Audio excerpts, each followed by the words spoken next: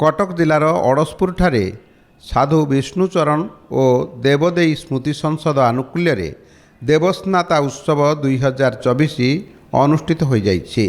अनुष्ठान प्रतिष्ठाता सभापति डाक्तर दीनबंधु महाराणा और तांको धर्मपत्नी डाक्तर मिनती महाराणा उद्यम यह उत्सव 20 वर्ष हेब अनुष्ठित हो आसुछि।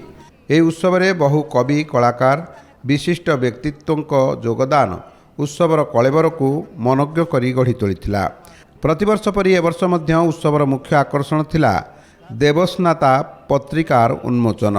एथिरे आयोजित कवि सम्मेलन रे कवि और कवयित्री माने सेमानकर स्वरचित आध्यात्मिक कविता पाठ करने सहित उत्सवर आयोजकों को प्रशंसा करथिले। प्रतिवर्ष पवित्र देवस्नान पूर्णिमा दिन यही उत्सव पालन करा जाय थाए। डाक्तर दीनबंधु महाराणा यह उत्सव रे आयुर्वेदीय चिकित्सा प्रदान करथिले। श्री जगन्नाथंकर एही दिन ठारू ज्वर उपशम पाई आयुर्वेदीय चिकित्सा करा जाय थाए। एही दिनर महत्व को नहीं डॉक्टर महाराणा निजर कर्मर आरंभ करिथांती बोली कहिथिले। यार मूल लक्ष्य होची हमर महिषी महिला देवदेव एवं तांकर स्वामी साधु विष्णुचरण का स्मृति उद्देश्य आम यही कार्यक्रम करिथाउ।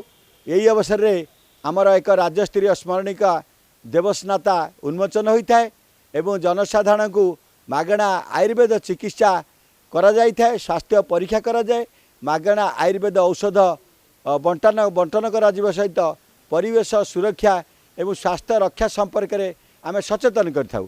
कारण मनीष सुस्थ एवं दीर्घ निरामय जीवन पाई सीजा पानी पीवा, अखाद्य वर्जन करवा एवं अम्लजान पाइबा शुद्ध अम्लजान पाइबे किभली गछलता साहाय्य करे। कारण मनीष बंचापी आम जो अम्लजान पाई था गछलता ठार पाई था। यह उत्सवर उद्घाटनी सभारे प्रोफेसर डॉक्टर हरेकृष्ण शतपथी, विधायक नियाली, कंटापड़ार तहसिलदार एवं साहित्यिक राजकिशोर स्वाई प्रमुख जोगदे उत्सव पालन मौलिक उद्देश्य उपरे आलोकपात करथिले। बहु संख्यार आध्यात्मवादी यही उत्सव में जोगदेइथिबा बेले अनेक विशिष्ट व्यक्ति को एठारे उत्तरीय और मानपत्र सहित संबर्धित करा जायतिला। एही पवित्र अवसर में नाना सांस्कृतिक कार्यक्रम परिवेषण मध्य करा जायछि।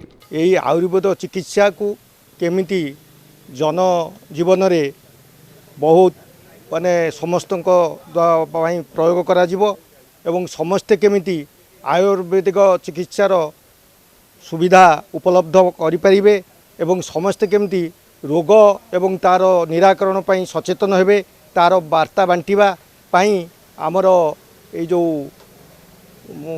अनुष्ठान उद्यम दीर्घ 15 वर्ष आरंभ करचंती।